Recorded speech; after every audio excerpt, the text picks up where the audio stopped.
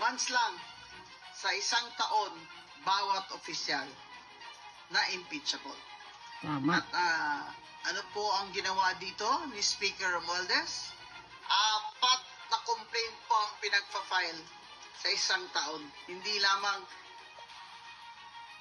2. 4 talaga. At kaya sagot ang House of Representatives at ang Speaker ng Supreme Court. Sagutin ito mga katanungan ito. Ano nangyari doon sa 3 impeachment complaint? Bakit itong pang-4, ito yung inakyat nyo doon sa Senado? Bilang itong complaint. Tama. Na siyang pinagbasihan ng paglilitis o impeachment.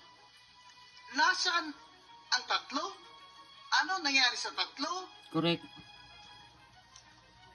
Anong mga komite ang nagpasa nito? Sinabi pa ng Supreme Court, sagutin ni Speaker. Nabasa ba ng lahat ng congressman at congresswoman ang impeachment complaint na yan bago nila pinirmahan? Hindi. Di ba may narinig tayong mga haka-haka dyan? Pero Hindi. palagay ko totoo yun. Hindi nabasa. Na pinatawag daw ang mga Perma na lang congressman ang perma. na mga majority. Mga congressman na under the thumb of Speaker Romualdez, pinatawag daw at doon sila nagpirmahan. Yung mga hindi pumirma, yun yung hindi pumunta o hindi pinatawag. Kaya, ang tanong ng Supreme Court, nabasa ba ng lahat yung impeachment complaint na yun? Yung pang-4 bago yan pinirmahan Tama. ng mga sumang-ayon? Hindi na po sumagot. Si Romualdez Yan ang problema.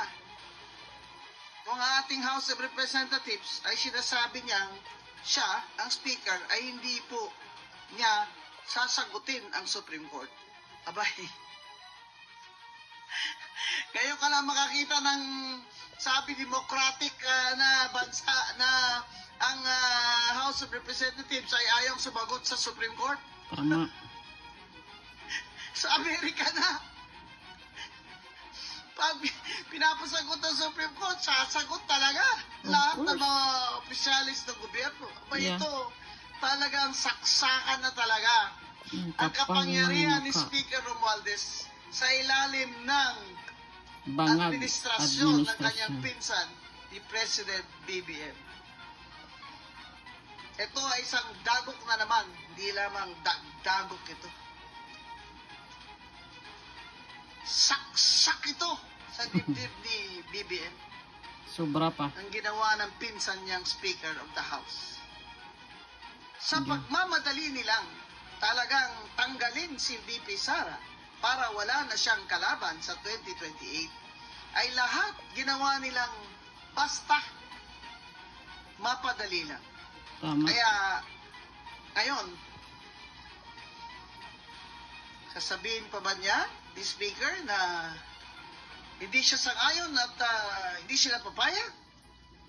Ngayon, wala siyang magawa dahil yung Senado, hindi niya uto-uto yan si Senate President Chis Escudero.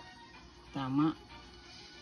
Siyempre, sasabihin ni Senate President Chis Escudero, salita ng Supreme Court. Ano gagawin namin? Mas Tama. mataas pa ba kami sa Korte Suprema? Correct. Mas mataas pa ba ang House of Representatives under Speaker Romualdez sa Korte Suprema? Hindi. BBM. Kasalanan po ito lahat ng inyong pinsan. Correct. Kaya sana po tanggalin nyo na yan as Speaker. Tama. Diyan lang po nakakasama na talaga ng image niyo lalo eh. Sobra. Kasi lahat ng ginawa niya, simula pa dun sa budget na institutionalize na yung lahat ng mga ayuda dun na ginawa nilang